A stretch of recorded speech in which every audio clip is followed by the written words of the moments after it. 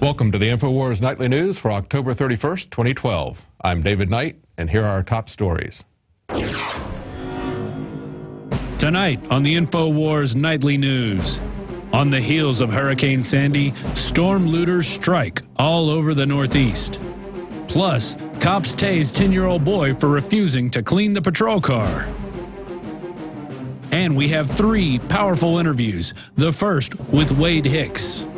Then David Ortiz interviews Gary Johnson, Libertarian candidate for president. And finally, David Knight interviews the New Jersey weed man who was recently acquitted of all charges due to jury nullification.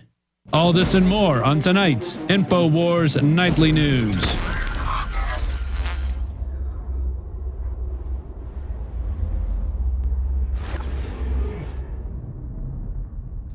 Well, although we were criticized by the Daily Beast and the Atlantic for reporting that people were tweeting about looting in the wake of Hurricane Sandy, now they're tweeting about what they actually looted. In the article, "Shameless Looters Display Stolen Goods on Twitter," they're using the hashtag Sandy Loot Crew, and people are bragging about what they've taken and organizing for more looting, as they said they were going to do. And we are accused of fear-mongering by the Atlantic and the Daily Beast, and they went even further to try to debunk the idea that looting was ever a serious problem. Now, although some of these are possibly hoaxes and some of the others were possibly hoaxes, I think there's some real stuff going on here, because another article that we have today on INFOWARS says, "Looters plague hurricane victims post-Sandy." Actually, there's widespread looting that is undergoing in both Atlantic City and quite a bit in New York City. But of course, now you can believe it because the mainstream media is reporting it. Also in hurricane news, Obama ordered the DHS to control hurricanes. This is another story that we have reported and taken criticism for, and yet, as Melissa Moulton pointed out, we actually have the documents archived by the Washington Post showing that NOAA, National Oceanic and Atmospheric Administration, acknowledged 3 things. One, that Project Storm Fury existed. INFOWARS has interviewed many times in the past Ben Livingston, a former Navy physicist who briefed President Johnson on the effectiveness of weather control back in the 1960s.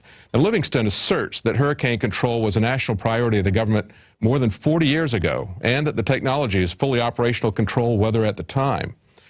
Also interesting in this document is the fact that NOAA has refused to participate in DHS's HAMP program. That's a Hurricane, Aerosol, and Microphysics program. In doing that, they turned down a $64 million project, and they've had their funding cut every year since. Now, the question I have, possibly you have too, is why is the Department of Homeland doing hurricane research? Are they just megalomaniacs trying to get their tentacles in every aspect of the government? I mean, that's something we should worry about, because wherever the DHS goes, we lose due process, we lose our freedoms, and they get more bureaucratic power. Or are they getting involved because they want to make disasters that they can then use as pretenses for gaining more power for the central government? Well, we could do a whole program on cops with tasers, and we have 2 articles today that were in the news. The first one is an accidental tasering. A toddler was accidentally tasered by a San Diego police officer. Now, this officer shot his taser to bring down a fleeing suspect, and one of the barbs actually hit a 3-year-old girl. He did not pull the trigger and shock her, but she was stuck with it nevertheless. But, you know, tasering has become such a common thing. It's really disturbing, and this next story is extremely disturbing. In this case, an officer, a cop, the title is "Cops Taser 10-Year-Old Boy for Refusing to Clean a Patrol Car." This officer was demonstrating what police do on school career day. And what he did was he told this 10-year-old boy to clean out his patrol vehicle. And Officer Chris Webb, according to the lawsuit, is claimed to have stated, "Let me show you what happens to people who did not listen to the police," when the 10-year-old boy refused to clean out the police vehicle. He then pointed the taser at the boy, according to the report, fired 2 barbs directly into the 10-year-old's chest, electrifying him and causing him to black out. He then extracted the barbs from the child's chest, leaving scarring that looked, quote, like cigarette burns. And instead of calling emergency medical personnel, Officer Webb pulled out the barbs and took the boy to the school's principal's office. Now, I guess It's just really hard to understand how a cop could be that calloused that he could do that to a 10-year-old boy. I mean, what kind of a power trip has a sociopath got to be on to do something like that? The amazing thing to me is that there's nothing about the police department disciplining this person. I mean, he shouldn't be disciplined. He shouldn't be suspended. He needs to be fired, if not jailed, for doing something like that. But what we have, it also states in the article, police guidelines on tasers state that the weapons must only be used as a last resort when an officer is under direct threat. But we're seeing this constantly. Earlier this month here in Austin, we had a man who was having a seizure tasered by the police, and that sent him into cardiac arrest, and he has permanent brain damage from that. Another lawsuit is being fired with that. But is it too much to ask that we have rules of engagement that are actually enforced against police officers, that these tasers not be used like electronic whips on those of us who aren't police officers? And finally today, we have a report on Gary Johnson. Gary Johnson is the subject of a poll in Colorado, and it looks like he may actually be hurting Obama in Colorado. Part of the reason for that is a very popular ballot initiative in Colorado on marijuana. It's not medical marijuana. There's been a lot of ballot issues on medical marijuana, but this one is actually on marijuana itself and would allow the use of marijuana even for recreational purposes. It's such a popular ballot issue in Colorado that pollsters believe that it may hurt Obama with young people. And of course, Gary Johnson is expected to pull support from many Republicans and libertarians who supported Ron Paul. The thing that makes this interesting is that Colorado is one of the closest races in the nation. Both Obama and Romney are tied at 48% each. So Gary Johnson is going to have a big effect on that. And we have an interview with Gary Johnson, and David Ortiz is talking to him about the election and what their goals are for this election. We'll be going to that interview with Gary Johnson after our interview with Wade Hicks. And that brings us to our quote of the day. Ideas are the great warriors of the world, and a war that has no idea behind it is simply a brutality. That's James A. Garfield. Well, today is October 31st, and we've got zombies on the cover of the new INFOWARS magazine, so we've got our second installment of our zombie footage here. We've actually got hidden cameras of real zombies. We're going to go to that video, and then we'll be right back after a short break.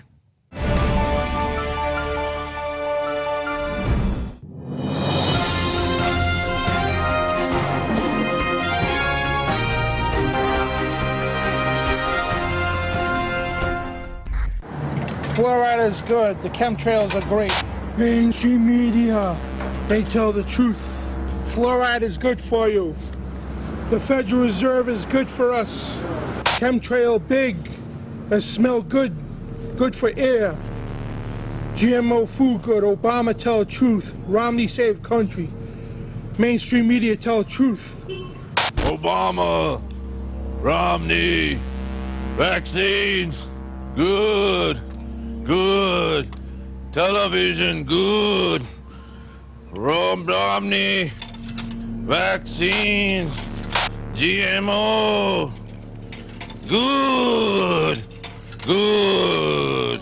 Obama, he buy me phone. Obama buy me phone. Good. I vote Obama. He give us phone. He gonna do more. Keep Obama in president, you know. Yeah. Obama phone, good. You disability, you welfare, food stamp, you get free phone. Obama another 4 year. Romney sucks. Bad. Obama good. Romney good. GMO good. Fluoride good for teeth. TSA gropey good. TSA stick hand in my pants for safety.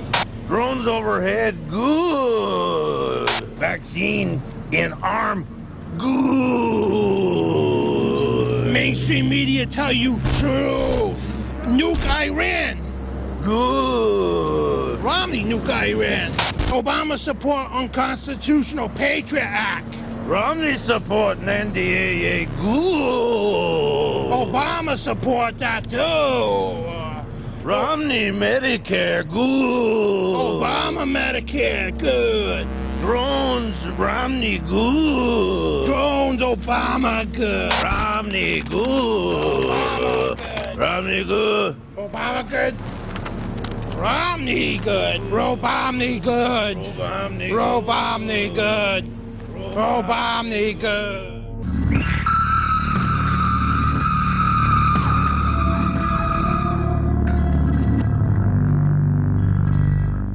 The presentation you have just witnessed is a test. Are you conscious? Are you aware that you are being manipulated? Or have you descended into a dreamlike zombie state that much of the public is suffering from? In the power-packed November issue of INFOWARS magazine, we detail, with the scientific facts in 4 separate articles, the proof that the public is being brainwashed. Our brainwaves are lowering, our IQs are dropping, and we are being turned into nothing more than biological androids. You can buy copies of INFOWARS magazine at cost in bundles of 10 up to 100 and give them to your friends and family. It's time to shake humanity out of the trance that they're in. And the November issue of INFOWARS magazine is designed to do just that. Sign up for a subscription or secure copies at cost in bulk today at InfoWarsStore.com.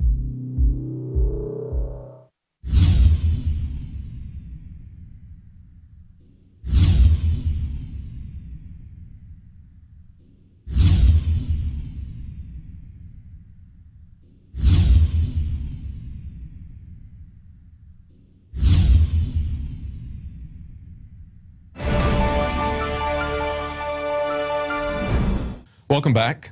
Our next story ties in pretty well with our guest that follows it. Big Brother is encroaching farther and farther on your private property. An amazing article today. The court has okayed warrantless use of hidden surveillance cameras.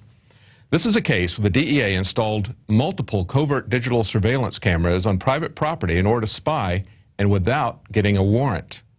U.S. District Judge William Griesbach ruled that warrants aren't necessary because it upheld, and listen to this, the use of technology as a substitute for ordinary police surveillance.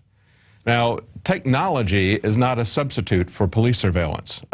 Just because we're using a different technology doesn't mean that we give up our rights to be searched, and surveillance is a search.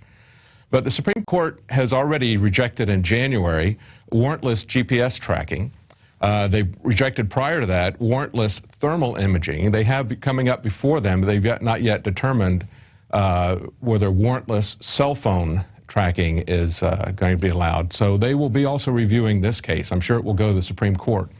In this particular case, there were no trespassing signs that were posted throughout the heavily wooded 22-acre property, and it also had a heavy gate. Now, the legal fiction of all this is based on a 1984 Supreme Court ruling called Oliver versus United States, and it found, amazingly, that open fields could be searched without warrants because they're not covered by the Fourth Amendment. Well, you might want to look at your copy of the Fourth Amendment because mine doesn't have any exceptions for open fields. And this is all based on a legal fiction called curtilage. Now, that's a term for the area that immediately surrounds your home. But what we're seeing here is a gradual encroachment. First, they say that if they don't need a warrant to put surveillance cameras or to spy on you on the outer edges of your property. They only need it to go into the curtilage or if they're going to go inside of your house. And that's just a creeping encroachment on your rights. It's the same sort of thing as if your neighbor were to put their fence on your property and leave it there for a while. If we don't say something about these encroachments, then we basically lose our rights. And that's exactly what's going on with Wade Hicks's case. Now, Wade Hicks, if you remember, we've covered him twice on the nightly news, and he was on radio news earlier today with Alex Jones. Wade is the fellow who was put on a no-fly list without being notified, and midway through his journey to see his wife, who's in the military in Japan, he was taken off the plane in Hawaii and told that he couldn't fly. So he was basically stranded in Hawaii, and he was stranded there from a Sunday to a Thursday until that restriction was lifted. And Wade is on his way home now. He finally was able to get back home, and he's on his way home, and he's a longtime listener, and he was kind enough to swing by Austin on his way home to Mississippi from California, and had him in the studio earlier with Alex Jones, and we've got him in the studio right now. Well, Wade, thank you for coming in and seeing us here at the station. You're on your way home, and we really appreciate you taking the time to come by and tell people more about your story. You know, it's the sort of thing where a lot of people's instinct would just be to kind of hunker down and try to keep a low profile and just hope that this goes away, but you kind of met it head on, and that's a good thing to do. Well, that's the thing. If you're in that type of situation, you have to keep your head screwed on straight, don't get emotional, and just do whatever you know or what you think is the best thing to do. And for me, it was going to the media, going to my friends, because those were really the only people that were going to be able to help me. The government wasn't going to do anything to help me. They were just doing their whole bureaucratic nightmare stuff. So I could have been there 3 months had I not been as proactive as I was trying to get this story out. That's right, and they still, to this day, have not given you any information as to why you were put on the list or what your current status is, whether you're on the list or whether you're off of the list, right? No, they've never, I've asked for it in writing. They've never given me anything in writing to say that I was on the list. They never gave me anything that says I was off the list. And it completely throws everything we know about the Constitution and due process out the window. Yeah, it's a very dangerous situation, not just for you, but for everybody. Because when the government can secretly accuse somebody of something, you still have no idea what they thought was wrong.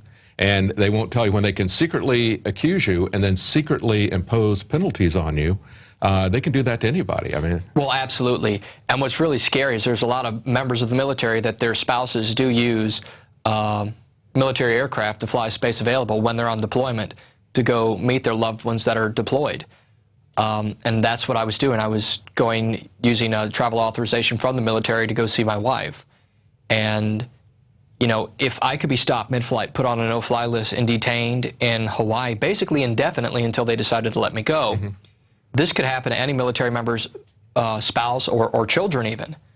And that's something that's extremely alarming, that they're going after not only people that are outspoken like myself, but going after military spouses and military members directly, basically saying, oh, well, you know, you're questionable, so you can't fly because we said so. All right, right.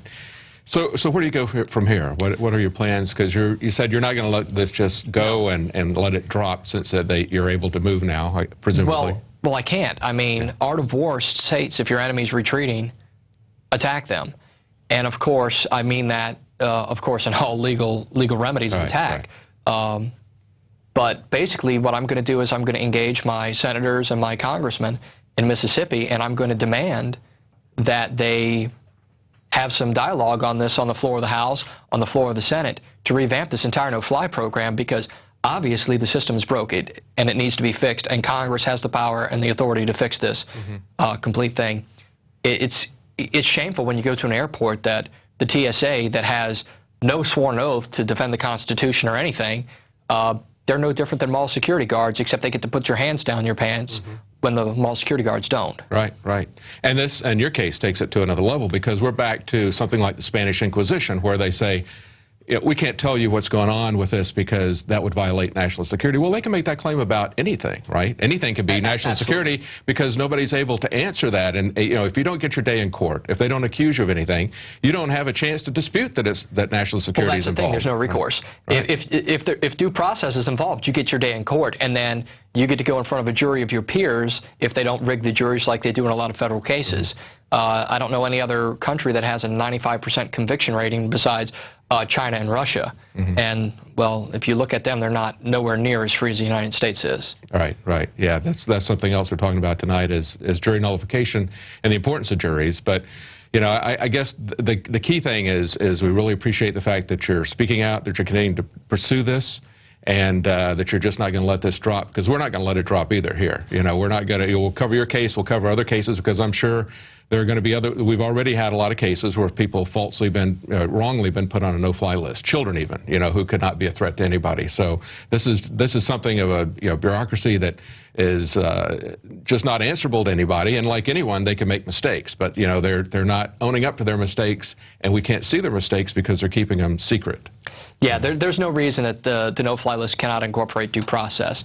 One way that they could easily fix this entire problem is to place someone under investigation, have the due process tell them that you can't fly because you're in an investigation for this. Let them lawyer up and let a judge decide ultimately whether or not they get put in this no-fly list.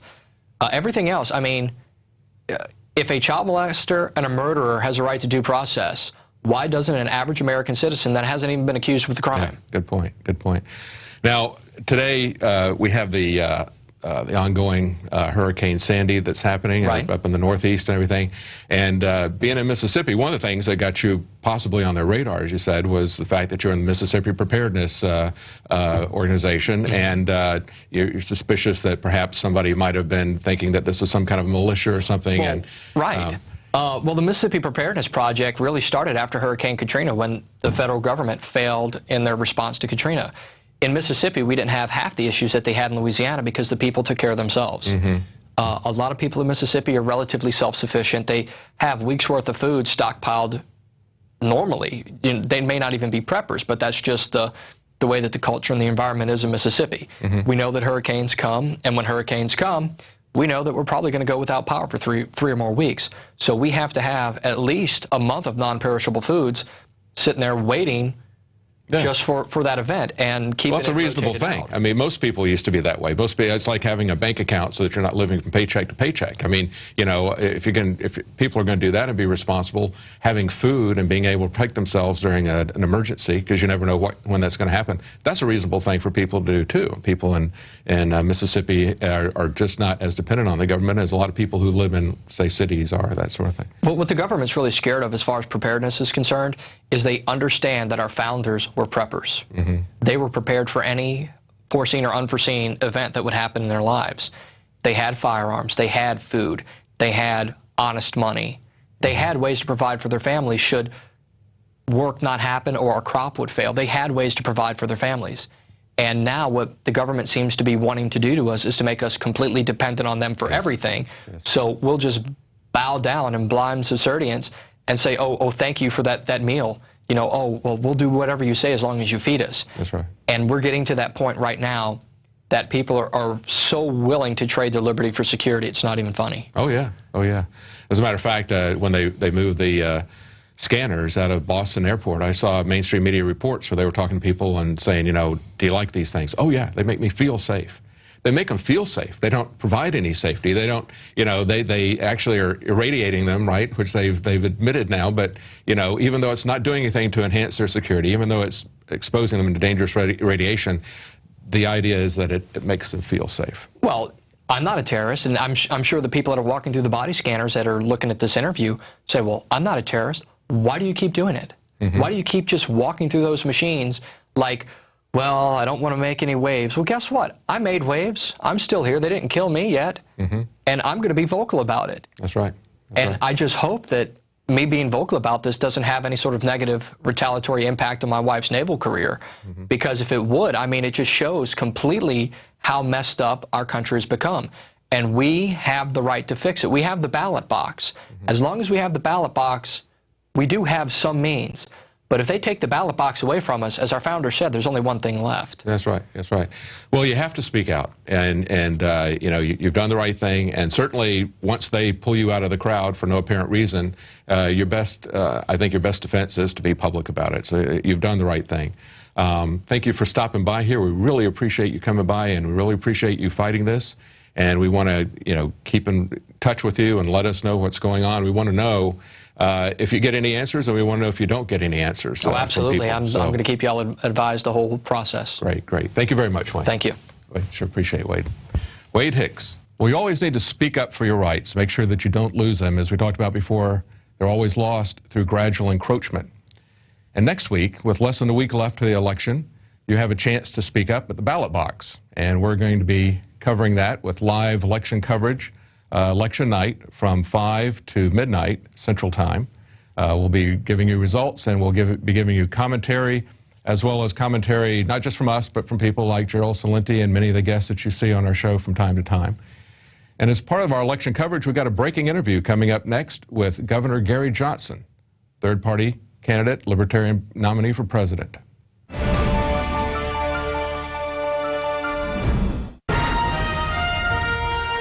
Every 4 years, the United States of America hears the drumbeat of billions of campaign dollar attack ads, meaningless debate with empty analysis and poll after poll after poll. This can only mean one thing. It's time to pick our globalist puppet leader. We're going to be left with a choice of a lesser of two evils. And I'm saying I don't go out with evils, I don't deal with evils, I don't do business with evils, I don't hang out with evils. Why would I vote for an evil to run my life or run my country? Will it be globalist puppet A or puppet B? They continue to vote for these Democrats and Republicans, the people that are wrecking our country, and yet they still vote for them.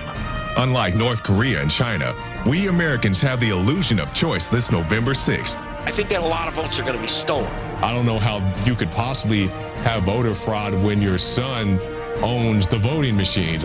1.4 million votes were lost, spoiled as they call them in the biz, through these so-called glitches. The choice is not up to you. Which management team from Slavery Incorporated will run our country into oblivion for the next 4 years? Tune in to INFOWARS.com or PrisonPlanet.tv this Tuesday, November 6th, as another meaningless pageant is played out. The two-party system has ruined our nation.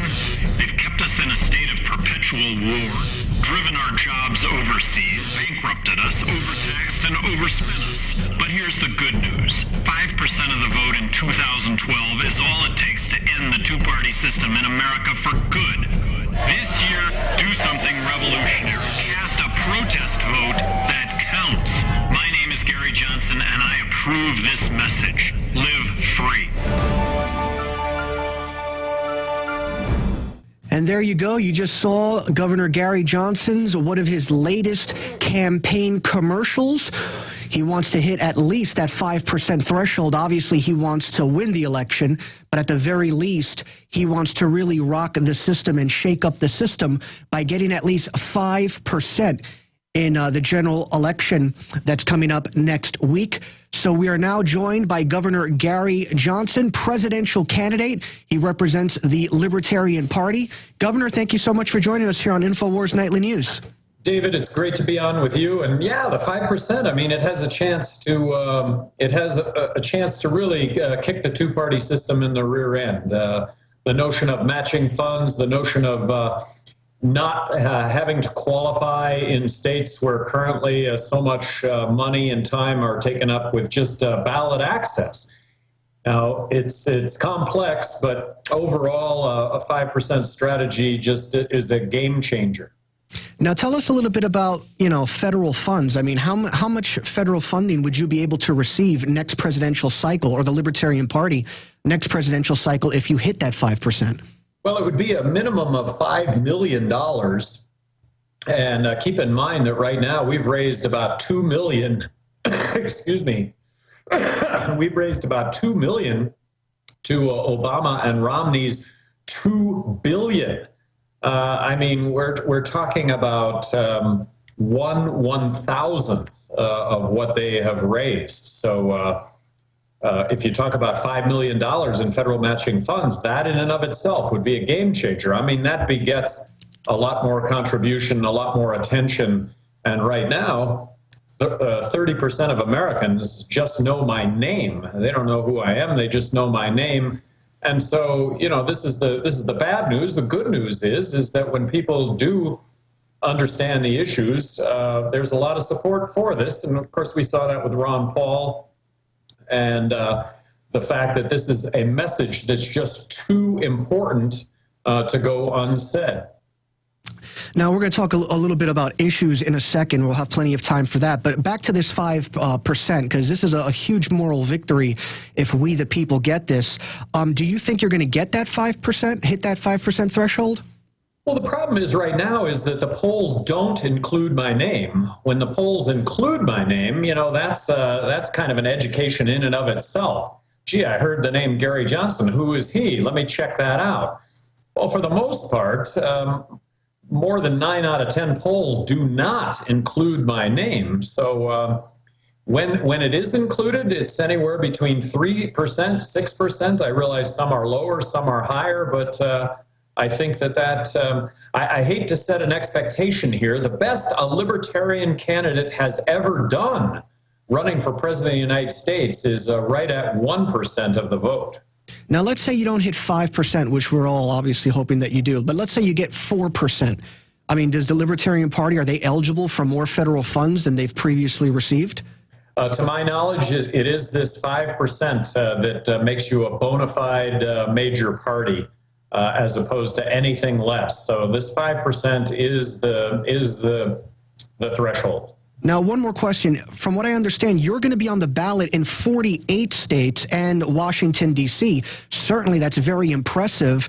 But I assume then you were not able to get on the ballot in Oklahoma and Michigan. Is that correct? That's correct. I'm officially a write-in candidate in Michigan, officially, and Oklahoma can bear the onus of excluding all third parties, something that I think the citizens of Oklahoma aren't as responsible for as policymakers. Vote out all the policymakers. This is something that shouldn't exist in this country. David, as governor of New Mexico, I'm not a hypocrite here. I signed a number of pieces of legislation making it easy to be on the ballot for a third party, believing that that's a good thing. And very briefly, and then we'll move on to issues. Why were you not able to get on the ballot in Michigan and Oklahoma? Well, Michigan, in both cases, really, politically driven. Oklahoma has the onus of you have to have 50,000 signatures. 50,000 signatures just to get on the ballot. We submitted 59,000. They refused to, they disqualified more than 9,000 signatures. Then I became the Americans elect candidate in Oklahoma. They had enough signatures to qualify Oklahoma for Americans elect. The courts threw that out. So these are Republicans and Democrats in elected positions that are bound to the Republican Party. Same thing in Michigan. Apparently we filed the paperwork 3 minutes late, although we would have maintained that we filed it on time and that we didn't even need to file it in the first place because I never asked to be on the ballot. They put me on the ballot and they required documentation to say that we wanted off the ballot when we never wanted on it in the first place. It's amazing. They go after these, they don't go after these bankers, but they'll go after you for being allegedly 3 minutes late.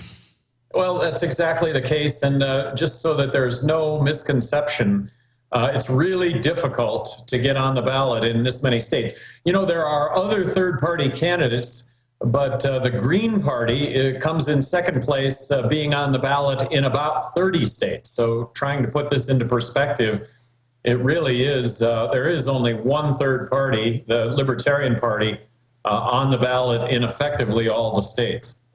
Okay, well, thank you for shedding light on that. Now, let's get to the issues here. You recently filed a lawsuit against the Presidential Commission on Debates. Clearly, you weren't allowed in the debates. What happened?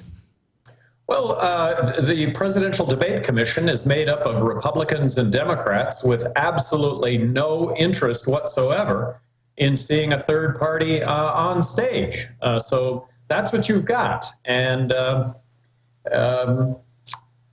There anything about including candidates? Ross Perot was the last third-party candidate that appeared in a debate. I think if I would have gotten to appear in any of these debates, that I would be the next president of the United States, given just a lack of coming up with the solutions that that we do face in this country surrounding the issues that we face.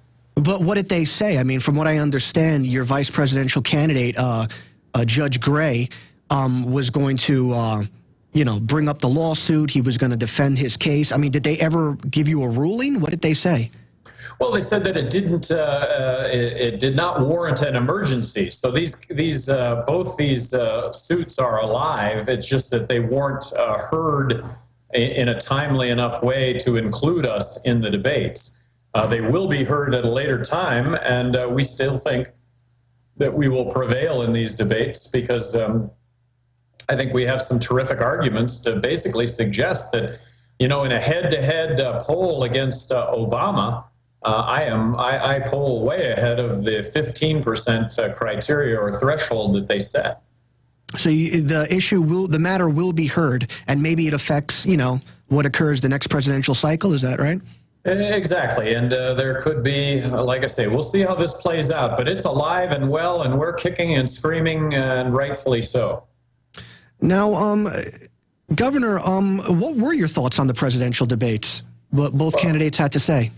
Well, just much to do about nothing. I mean, when you've got the two of them arguing over who's going to spend more money on Medicare, look, we need to slash Medicare spending. We need to balance the federal budget now. Medicare is a benefit that you and I put $30,000 into, and we receive a $100,000 benefit. That is not sustainable in any way, shape, or form. We ought to have a raging debate and discussion in this country over how we provide a healthcare safety net for those over 65, but to continue to do what we're doing, we're going to experience a monetary collapse if we continue this unsustainable spending. Now, let me sound like a liberal here and give you a liberal argument. What about those that say, yes, Governor, we obviously get more than what we put in, but that's because the wealthy people, offset that cost, offset the additional money we're receiving? What would you say to them? Well, it's totally bogus. However wealthy you are, whatever you put into Medicare, you can expect 3 times the return based on what you put in, regardless of how much you put in. That's Medicare, unsustainable in any way, shape, or form. We talk about $100 trillion in unfunded liabilities moving forward. Well, that's Medicare at the top of that heap.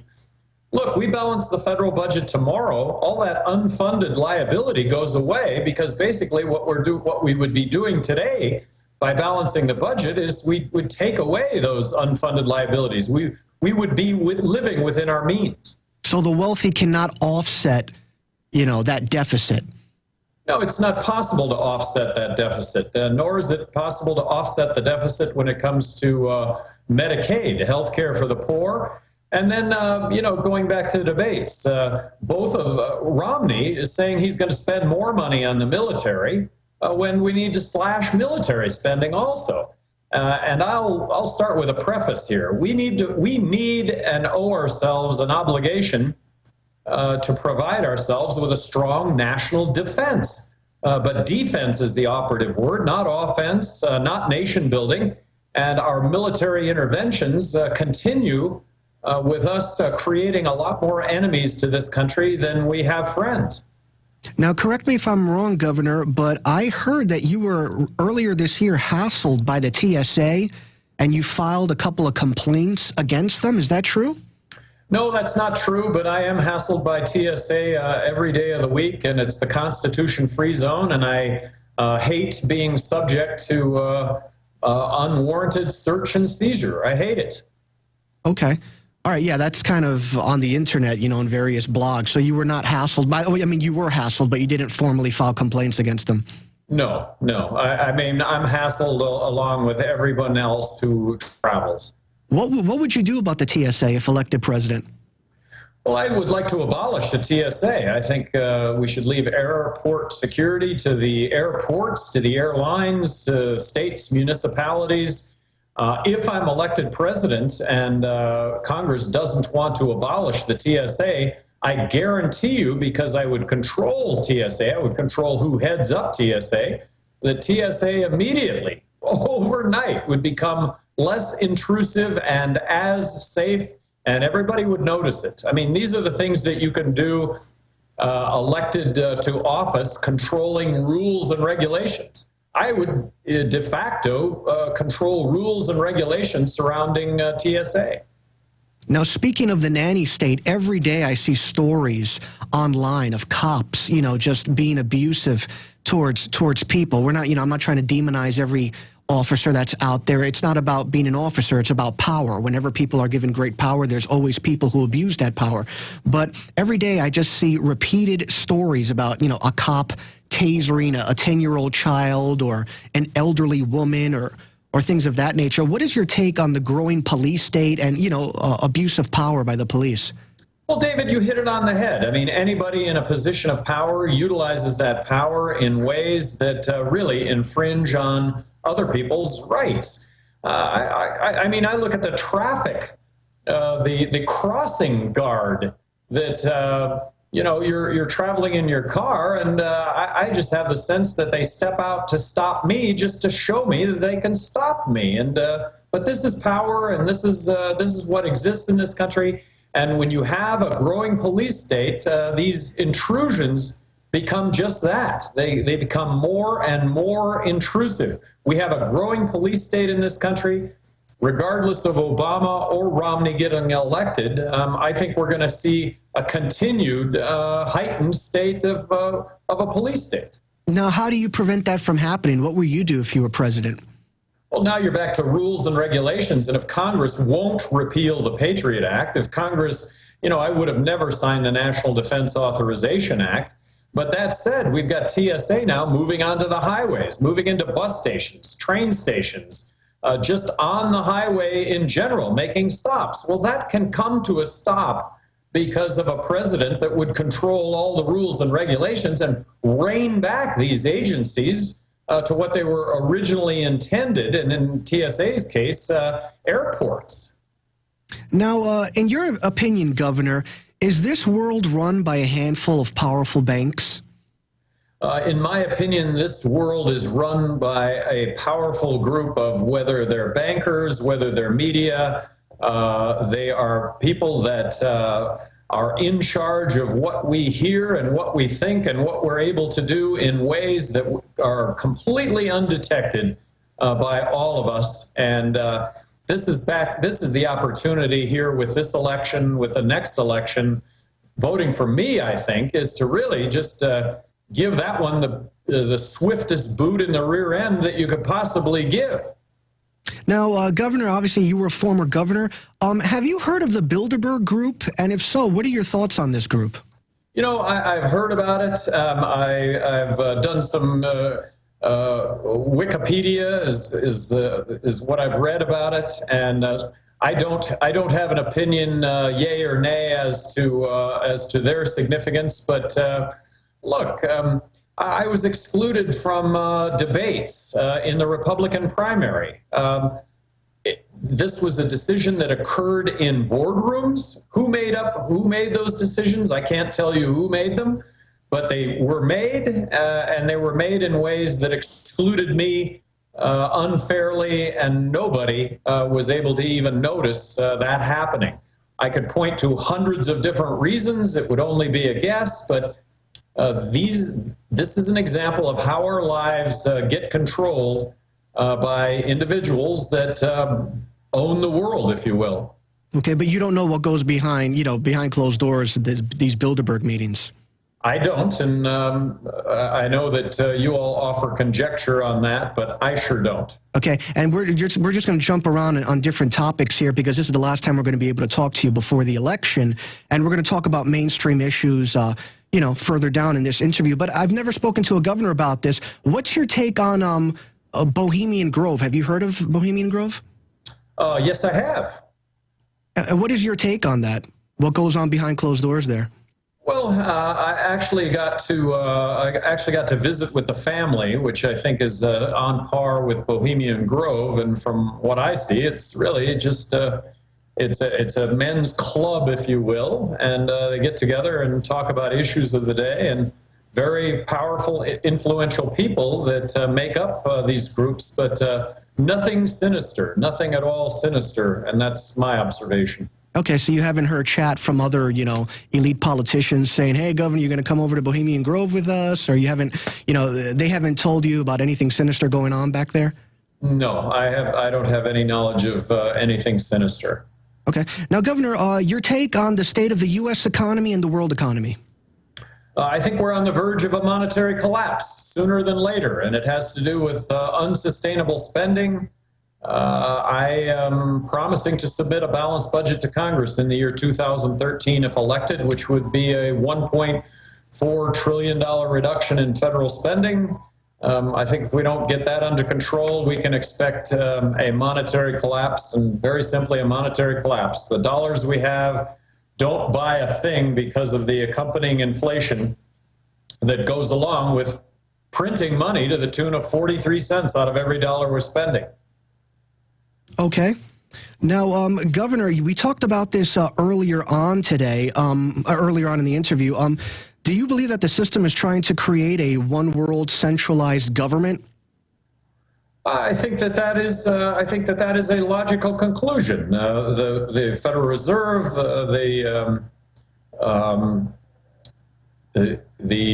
foreign banks, the World Bank. Yes, this is the direction that we're headed. And look, I don't think that we want to be told in this country what to do, and yet we tell others what they should do, and that includes our military interventions to see vital American interests carried out. I ask the rhetorical question: what are vital American interests that require us militarily intervening, killing innocent civilians in these countries, our own men and servicewomen dying, our own men and servicewomen coming back with their limbs blown off? Now, Governor, I want to respect your time. Do you have a couple more minutes? How many more minutes? I've got a couple more minutes here, David. I appreciate you having me on. Okay.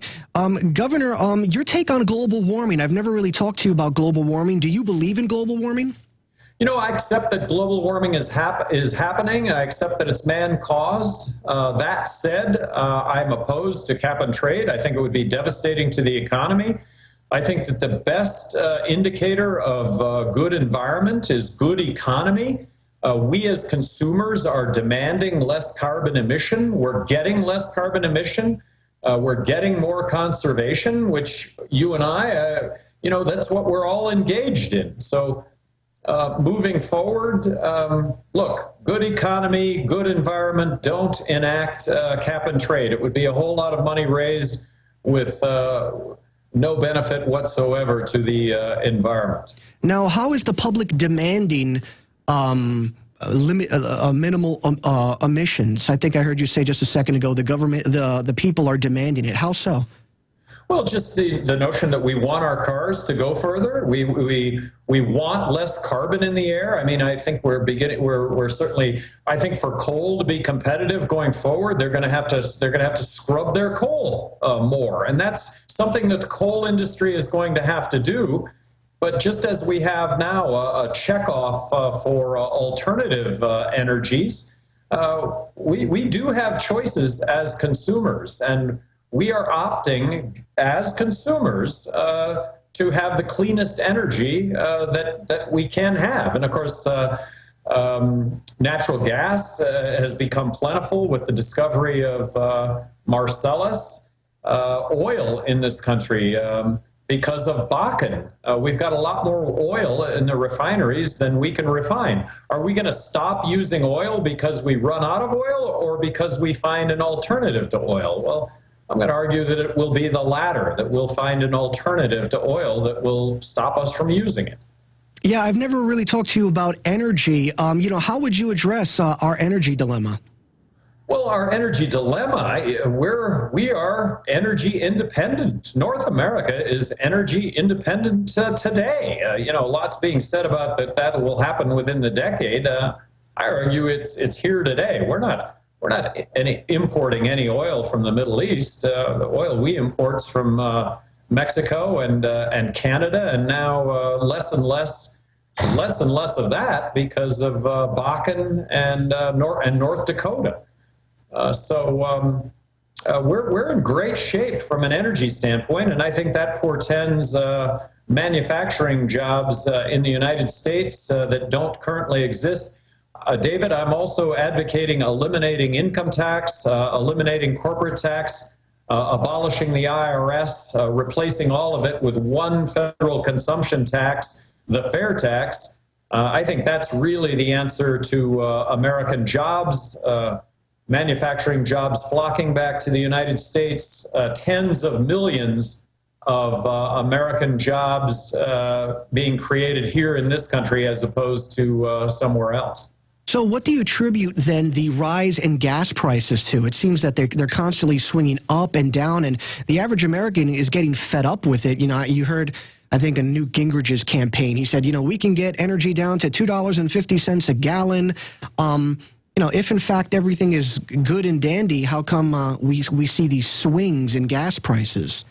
Well, I think today, more than anything, that has to do with just the geopolitical climate and Iran and the saber rattling over Iran and the Middle East. But looking at our own production, and I am talking about North America, Canada, Mexico, the United States, we're there.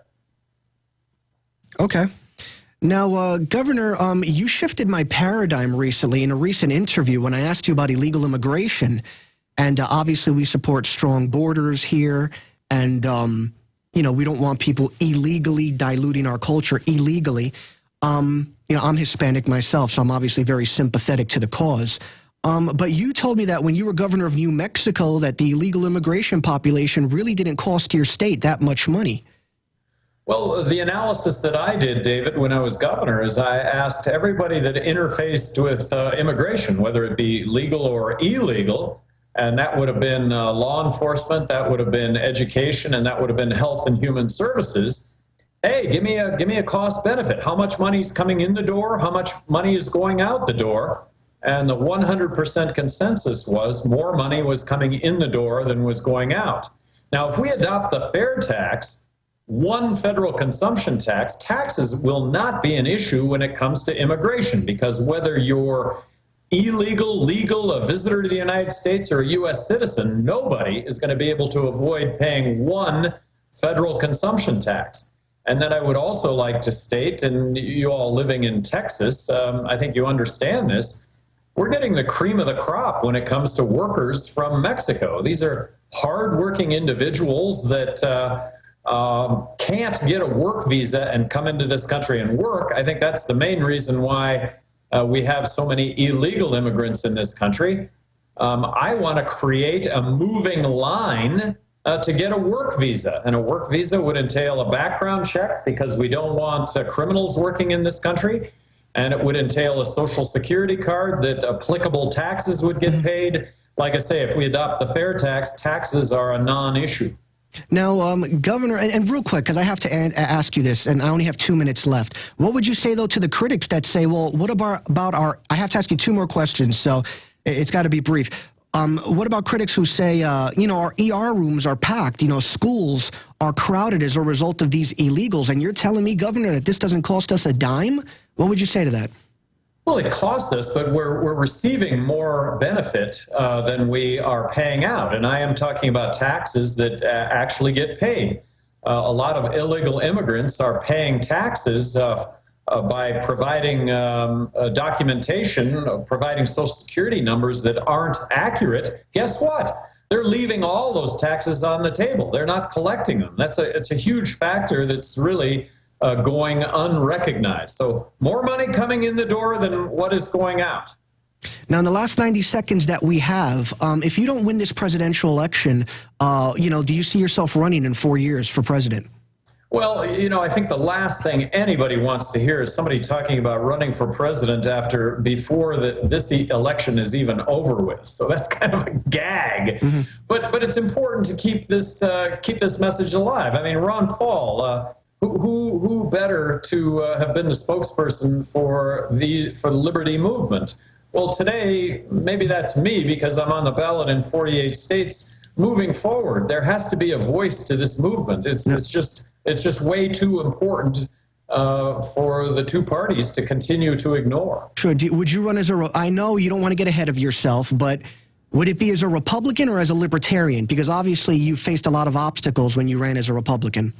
Well, if it should somehow come about, it's the liberty movement. It's liberty and it's freedom. It's personal responsibility. It's balancing the federal checkbook. It's all the issues that we face. And I don't know if that really has a party name to it as much as it does just common sense and the fact that all of us recognize that we're in deep trouble. But the two parties, heads in the sand. Look, Santa Claus, Easter Bunny, Tooth Fairy, they're all coming. They're all alive and well. I don't think that's the case. I think I think these are big problems that we need to address. 30 seconds left, because I know a lot of people in the liberty movement want to know this. Why not run for U.S. Senator in the future? I mean, you can infiltrate the system from within. You can create a coalition in the Senate. Why not run for senator? I know you said you don't like doing the earmarks thing, but John McCain doesn't do earmarks, and he's been elected, you know, repeatedly. Well, I think that at the end of the day, congressperson, senator is judged by how much bacon they bring home, and they're all about bringing home the bacon. I listen to ads here in this state for U.S. Senate, which is, we need to balance the budget, but I'm going to hold Medicare intact. Well, the two don't add up, and regardless of where you're from, you got to bring home the bacon. That's how you get judged. That's how you get elected. And I think that's the root of all evil right now, are politicians that have made promises that are not sustainable in any way, shape, or form, and they have to be addressed. Governor, 15 seconds. What would you like to say to the public? Waste your vote on me. Everybody wastes their vote on me. I'm the next president of the United States. Nobody is going to, look, I'm going to pledge that you won't be sorry for that. And a wasted vote is voting for somebody you don't believe in. Wasted vote is voting for the lesser of two evils. Vote for the person that you most believe in. That's how you change things in this country. Governor, thank you so much for your time, and we wish you the best of luck. Thanks, Governor. And hold on tight, because in just 1 minute, David Knight is going to have a hard-hitting interview with an individual who we will refer to as New Jersey Weed Man.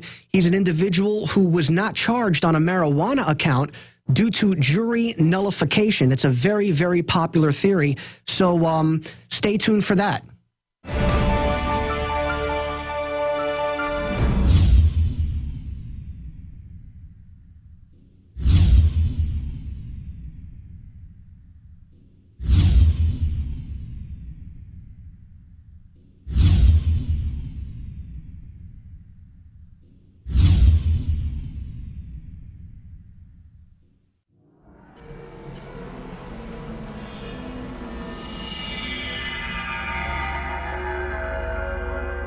While we fight to retain our liberty, while we fight to expose globalism, we have to realize we're talking about a very powerful combination of power. Renowned author and expert Joel Skousen breaks down the globalist plan to shut down America and stage a new world war. In one day, America will go from day to night. And if you haven't prepared in advance, there's not enough time to prepare in 24 hours, even if you saw it that early. Coming to the InfoWar in November is our new documentary film presentation. Strategic relocation is a systematic way to think strategically in the future about how do I safeguard. Joel Skousen, Strategic Relocation.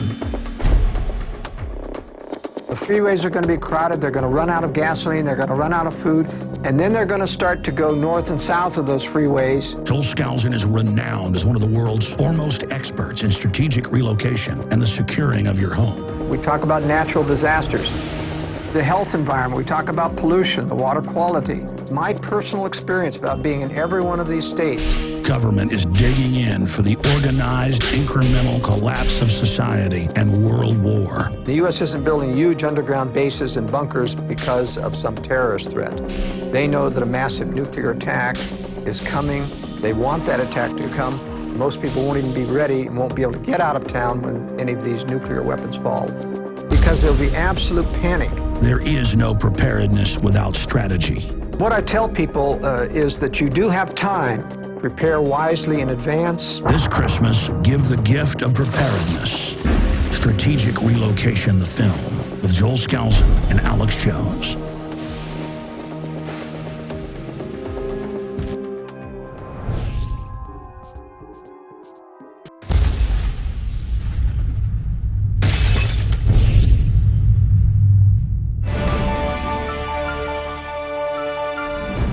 Well, welcome back. Now, this election that comes up in less than a week, there are 3 states that have a marijuana ballot initiative on them. Colorado, Oregon, and Washington State all have initiatives. Now, these initiatives go a little bit farther than what you've seen. There are 16 states in the past that have enacted medical marijuana initiatives, but these 3 initiatives go beyond medical marijuana. They go all the way to just allowing it, legalizing it, decriminalizing it rather, as for recreational use. This is something that affects everybody, whether or not you need marijuana for medical uses or whether or not you use it recreationally. There are a lot of things going on here that affect people, even if you're not a pot user. You know, there's an issue of prohibition. And if you remember back to alcohol prohibition, prohibition corrupts the government. Prohibition creates violence, and that's what we're seeing in all aspects of the drug war. The other thing is that we have a tremendous jail population. Here in the United States, we only have 5% of the population of the world, and yet we have 25% of the world's prison population. And most of that is due to the war on drugs. As a matter of fact, violent criminals, people like murderers, are let out frequently because they don't have enough jail space to keep in nonviolent, to keep them in when they have mandatory minimums for nonviolent offenders using marijuana. The other way that it affects you is that even if you are not one of the people or somebody in your family is not someone who goes to jail with these laws, you're going to be paying for it. You're going to be paying up to $50,000 a year to keep these people in jail. And finally, it's about how the government unconstitutionally denies you a right to use something that you believe that you need. How did they get the alcohol prohibition passed? Well, they did it with a constitutional amendment. They did that because at that time, our government still respected the Constitution. Today, everything is prohibited unless they expressly permit it. Well, tonight on the show, we've got New Jersey weed man, Ed Fortune. Now, Ed was in a documentary that you can pick up at our store, How the Weed Won the West. He's a longtime activist and actually a political candidate, and he's been a victim of this illegal war on drugs. And he's fought it, and he's won an important victory.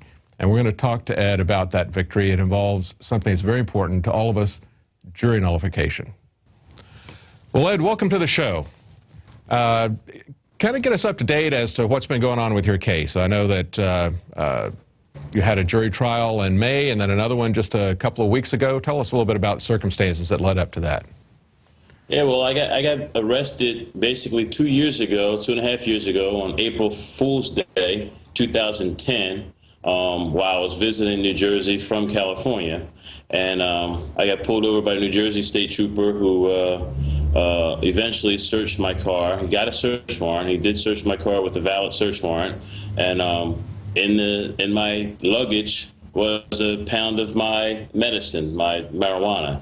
And I was charged with possession with intent to distribute. And from the very beginning, I said I was taking it all the way to a jury trial, and I was invoking a jury nullification defense, which raised a few eyebrows.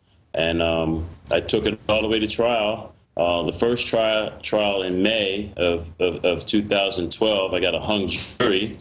The prosecution elected to retry me again. And we just had that trial in October 2012, and I got a 12-0 verdict of not guilty. The first trial was a 7-5, a hung jury, and then so I really felt really vindicated when I got the 12-0 not guilty. The first time I expected to get a hung jury.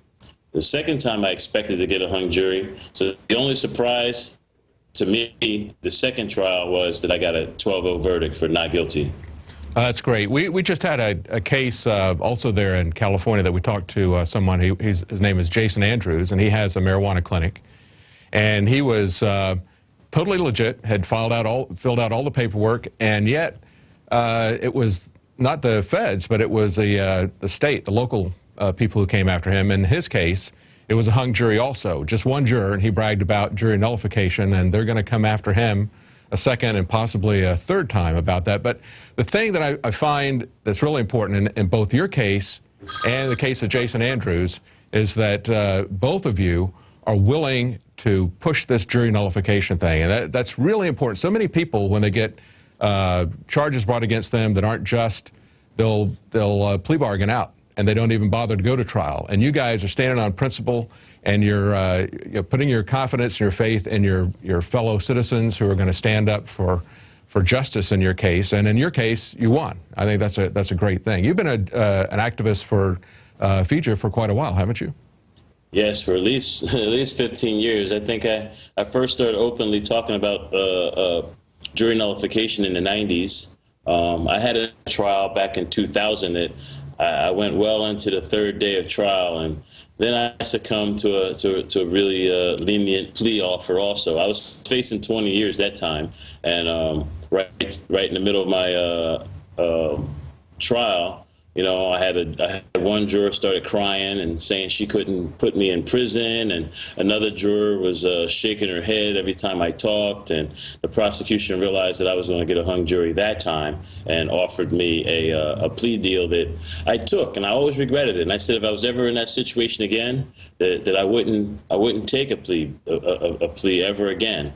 You know, because it is I've known for a long time that, you know, I don't care where you go. If you get 12 people and you get to argue that the law is wrong and not you, that you're going to get someone on the jury who believes that. You know, we all know what the statistics are. At this point, it's over 50% of Americans believe that marijuana should be legal. So if you can get to argue before a jury of 12 people, chances are you're going to get at least 6 of them. You know, and like I said, the first time I went to trial, I got 7-5.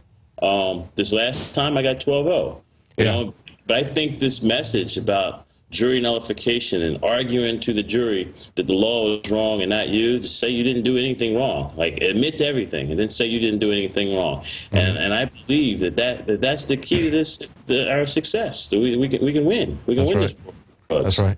Yeah, I mentioned earlier, I just said FIJA. For those people who don't know, that's the Fully Informed Jury Association. And you can go to FIJA.org and get a lot of information about what they're doing. There's a great site.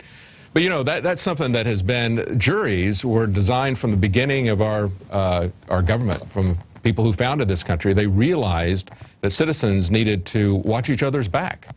And there's all kinds of quotes from Patrick Henry and other people. I mean, this is not anything new.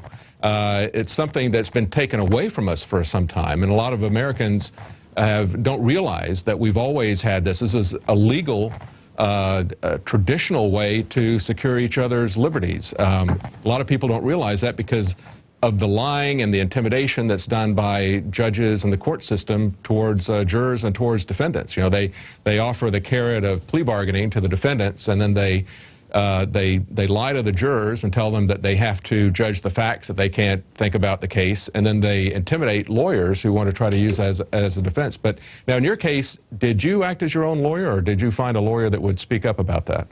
No, that's a hard thing, to find a lawyer who will argue nullification. So I had to represent myself. I was forced to represent myself because of that, because no lawyer is going to argue that. That's right. That's right. Well, now, I don't know if you're aware of it, but New Hampshire has just passed a law earlier this year where a judge cannot punish a lawyer for telling the jury that they can judge the law as well as the facts of the case. So that's moving it towards that way. But the amazing thing is that in many, many states, it's written in the state constitution that the function of jurors is to judge not just the facts of the case, but to judge the law. Yes, you know, I think that was the greatest tactic in my trial. The fact that all I did was I wrote New Jersey Constitution, Article 1, Paragraph 6 on a big poster board. and I put it right in front of the jurors, and I read it. And the first trial, the judge tried to stop me. We had an open argument in front of the jury, and then he allowed me to read it because I was like, why can't I read the Constitution to the jurors? But he allowed me to read it, but when I tried to repeat it 2 or 3 times, he wouldn't let me do it. This second trial, not only did I read it, I kept referring to it, and I left it sitting right there in front of him the entire 3 days of the trial. That poster sat right in front of him, and I'll tell you what New Jersey Constitution Article 1, Paragraph 6 says. It says, in all prosecutions or indictments, and that's what I was indicted and I was being prosecuted. So it says, in all indictments or prosecutions, the truth may be given as evidence to the jurors, and the jury may determine the law as well as the facts. And that's what the case I was putting on. That if a jury has a right to determine the law as well as the facts, then I'm arguing the law is wrong, not I. I didn't do anything, you know. And what I told the jury was I felt like I was the victim. And during the voyeur, the questioning of the juries before they were picked, several of them expressed their misgivings about the war on drugs. There were a couple questions that were asked specifically about marijuana. You know, the prosecutor would have used up all of his challenges in the first 15 people if you know, if he was allowed to. So what happened was he got overwhelmed. He didn't have enough challenges to get rid of all the people that had positive opinions or opinions similar to mine. Yeah. You know, well, the tide is against him, isn't it? I mean, you know, there's 3 states that have a ballot issues about marijuana legalization, and not just for medical marijuana this time. Oh yeah, I think it's Washington and Oregon and maybe Arkansas or somebody. It's Portland is the 3rd one, yeah. Right. And you know, they just had some statistics released on Monday of this week. The FBI, in their latest statistics, said that half of all drug arrests were for marijuana. And they had so many of them, somebody worked out, it was actually the intelhub.com worked out, that's 1 marijuana arrest every 47 seconds. And they had a guy from Law Enforcement Against Prohibition that's called LEAP. He said that it's costing, not even including the cost of the trial or cost of putting people in prison, but just the cost of arresting people and arraigning them and that sort of thing. He estimated it being between $1.5 to $3 billion a year. That's something that affects everybody, you know, whether they smoke marijuana, whether they need it for health issues, whether they're doing it recreationally, or whether they're not doing any of that. They're still paying for the government that, you know, is spending money that way. I mean, it's still coming up. They're going to pay for that in taxes. Exactly. But I'm sorry, you were saying that in this last case, you were able to put that up there. I think it's just amazing that judges would suppress the reading of the Constitution of the state, you know, as they did in your very first trial. I mean, yeah, well, he attempted to. And see, that's another thing. Throughout my trial, the judge kept stopping me or trying to stop me from saying certain things. And I learned, I've watched other trials. You know what you do? You just blurt it out unexpectedly, and by the time the judge gets to, you know, trying to stop you, the jury already heard it. Yeah. You know? Right. And you know, no matter how many times he says disregard that, you know, we're human. We hear it. Yeah, it gets logged in. And you know, I constantly thank the jurors. You know, and I gave them a little history lesson too. You know, I basically told my jurors, you know, that the founding fathers of this country intended the jury to be like the 4th branch of the government, that all laws had to be approved of and passed by them before they can be enacted. And you know, in my case, you know, we got to the point where the marijuana laws are outdated and you know, based on false information. And at this point in history, people know the truth, and the law is a lie. The law is flawed. Yep. And you know, this is what I presented to them. You know, just the fact that New Jersey's criminal statute, which is what I was being prosecuted under, calls marijuana a Schedule I drug. Right. And we know that, you know, 16 other states have legalized marijuana for medicinal reasons, including the state of New Jersey, but I wasn't allowed to talk about it in my trial for some reason. That's a legal argument that I'm sure I'm going to win on appeal, by the way. But I wasn't allowed to talk about it, but I'm pretty sure most of the jurors knew. And then I have a bone cancer condition that the law that I was being prosecuted under didn't allow at all. There was no exemptions. There were no medical exemptions to our criminal statutes in New Jersey. So just the fact that I was able to talk about my personal medical problems and how I used marijuana despite the law, and I basically said I disregarded the law all the time.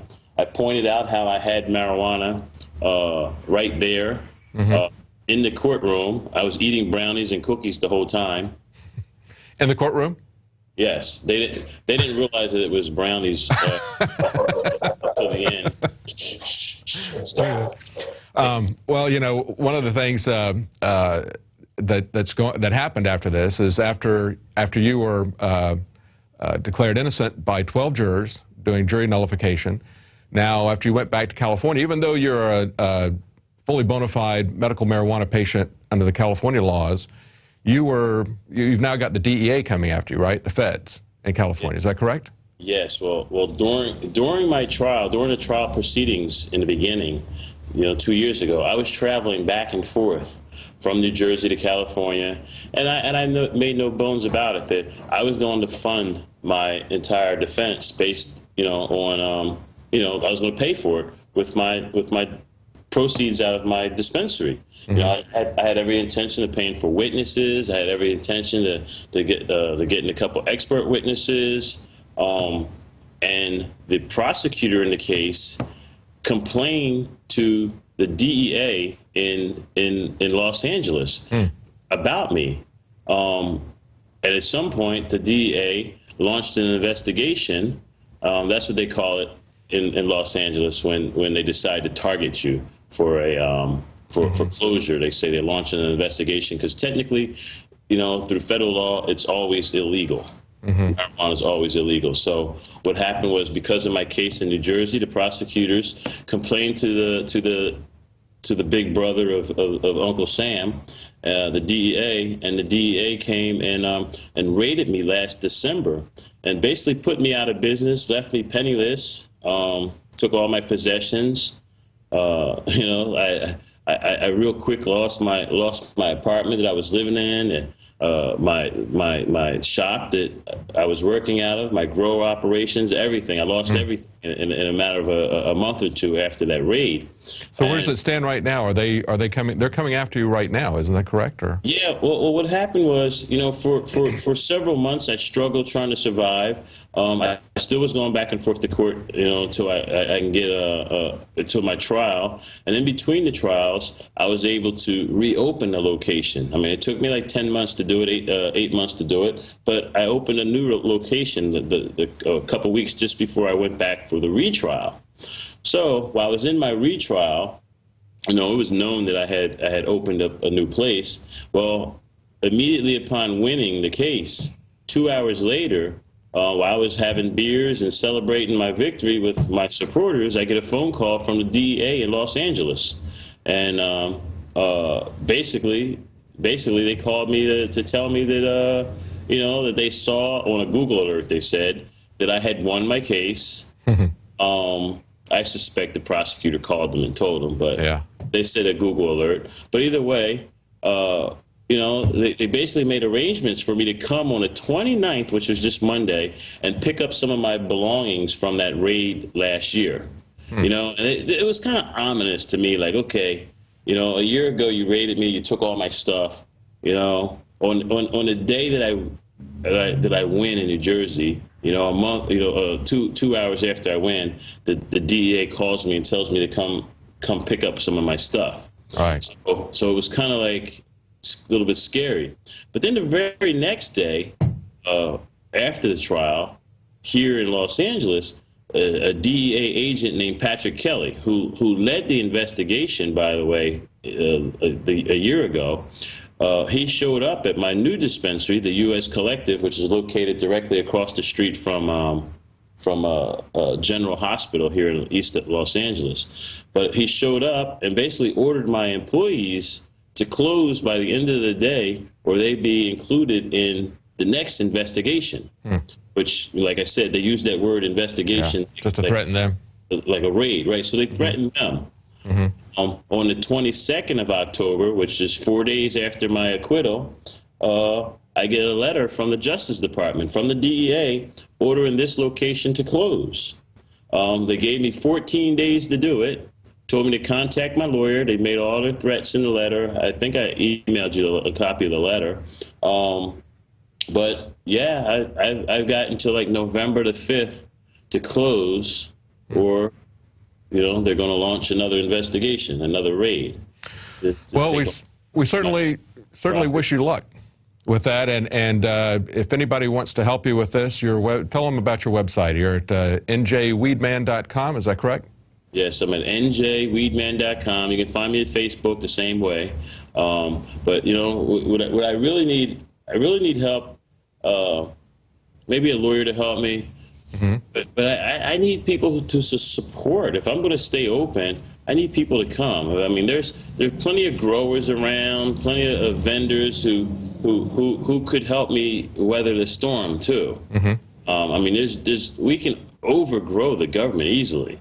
You know, I don't want to end up like Roger Christie in Hawaii. I don't know if you ever heard of Roger Christie, but Roger Christie was I'd say we were similar activists. You know, he engaged in civil disobedience, and you know, he had a religious angle to his activism too, and you know, the government threw him in jail 2 years ago, basically around the same time I got arrested in New Jersey.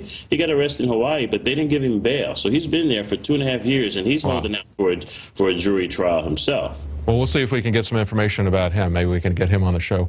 I really appreciate you talking to us. We're out of time, but what you're doing is something that helps everybody, whether marijuana is their issue or not. I mean, marijuana is something that affects everybody, whether or not it's their issue. Jury nullification is something we need to have. We've gotten into we've kind of been bamboozled by the legal system to think that we can count on the Supreme Court to protect our rights, but that's never been the design of this country, and it hasn't worked out very well for us in the last few years, has it, Ed? No. No, it's juries are the way to go. Well, I appreciate it. Thank you very much. That's njweedman.com if you want to help Ed. It sounds like he needs your help, njweedman.com. Well, tonight we've had a lot of people talking about a lot of different issues, but the common thing is that whether it's elections or whether it's jury nullification or whether it's speaking out when you're unjustly singled out, as Wade Hicks was, we have to speak out. And there are ways besides elections that we can keep our freedoms. Well, be sure to pick up a subscription to PrisonPlanet.tv. Take a look at InfoWarsShop.com. Those are ways where you'll find out resources that are going to help you to get into the fight, help to inform your friends and neighbors to stick together. That's it for our show tonight. I'm David Knight.